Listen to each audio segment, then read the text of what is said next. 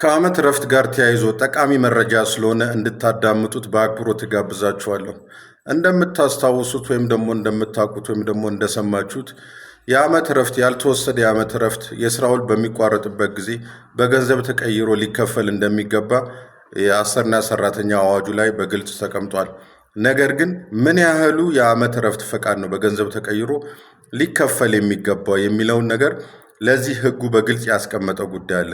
በዚህ ጉዳይ ላይም የሰበር ሰሚ ችሎት አስገዳጅ የሆነ ውሳኔ ሰጥቷል።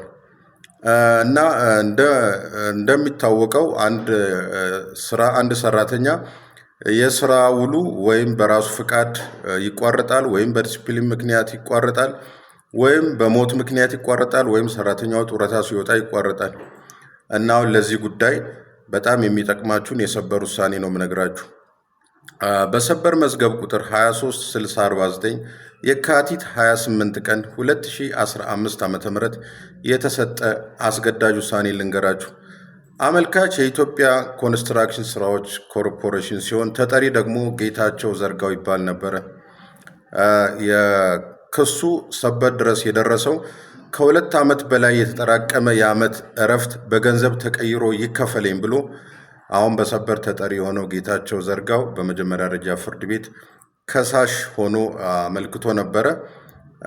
ምክንያቱም ጡረታ ወጥቶ ነበረ እና ጡረታ ሲወጣ የተጠራቀመ ብዙ ወደ ከ700 በላይ የሚሆኑ ቀናቶች ነበሩ ያልወሰዳቸውና ከ2 ዓመት በላይ የተጠራቀመ የዓመት እረፍት በገንዘብ ተቀይሮ አልተከፈለኝም።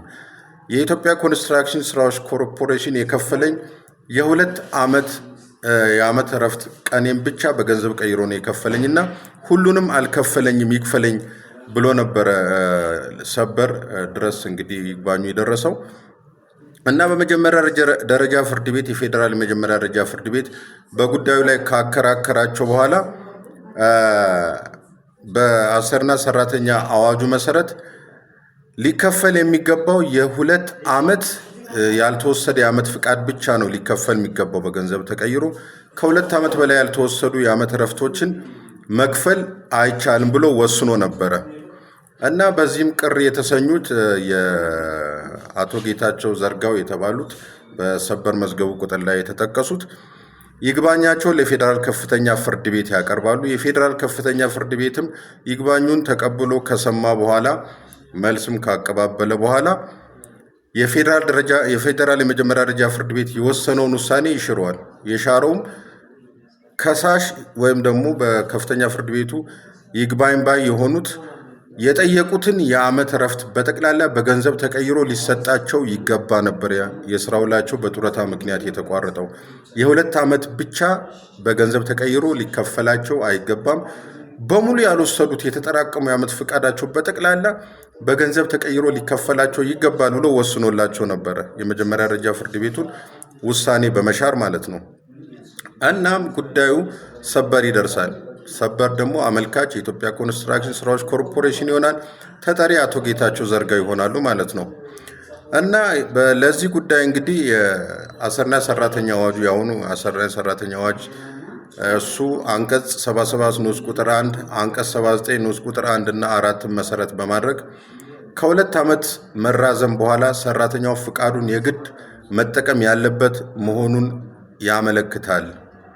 የዓመት እረፍት ሳይጠቀም የስራ ውሉ የተቋረጠ ሰራተኛ የዓመት እረፍት ፈቃዱን በገንዘብ እንዲከፈል አሰሪው የሚገደድበት አግባብ አለ ወይ የሚለውን ጭብጥ እልባት የሚሻ ጉዳይ ስለሆነ የሰበር ችሎቱ ከሕጉ አንጻር እንደሚከተለው ነበር ያየው።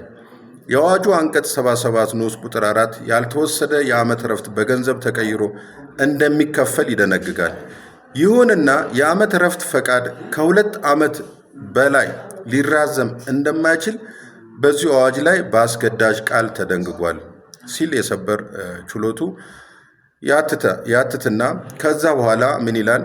ከዚህ ውሳኔ ቀደም ብሎ አሁን ለዚህ ክርክር ከተሰጠ ውሳኔ ቀደም ብሎ ሰበር ችሎቱ በተመሳሳይ ክርክር ከ2 ዓመት በላይ የተራዘሙ ፍቃዶች በገንዘብ የሚተኩ አይደሉም ሲል አስገዳጅ የሕግ ትርጉም ሰጥቶበታል የሰጠበትም የሰበር መዝገብ ቁጥር አንደኛው 14057 ቅጽ 3 ላይ ሲሆን ሌላኛው ደግሞ ቅጽ 6 ላይ 27975 6 በሚል የመዝገብ ቁጥር ላይ ከዚህ ቀደም ከ2 ዓመት በላይ ለተራዘመ የዓመት ፍቃድ በማንኛውም ሁኔታ የስራ ውል ሲቋረጥ በገንዘብ ቀይሮ መክፈል አይቻልም የሚል አስገዳጅ የሕግ ትርጉም ተሰጥቶ ነበረ።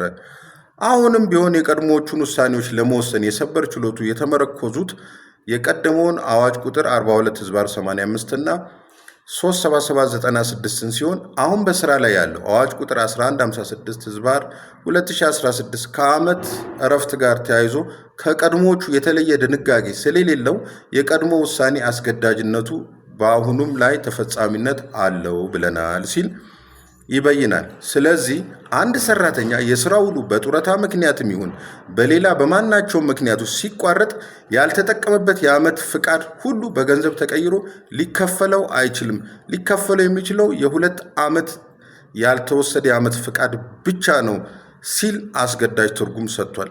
ይህንን የሰበር ውሳኔ የሚቃረን ሌላው ማንኛውም ውሳኔ ሁሉ ተፈጻሚነት ሊኖረው አይገባም የሚል አስገዳጅ ውሳኔ ሰጥቷል ማለት ነው።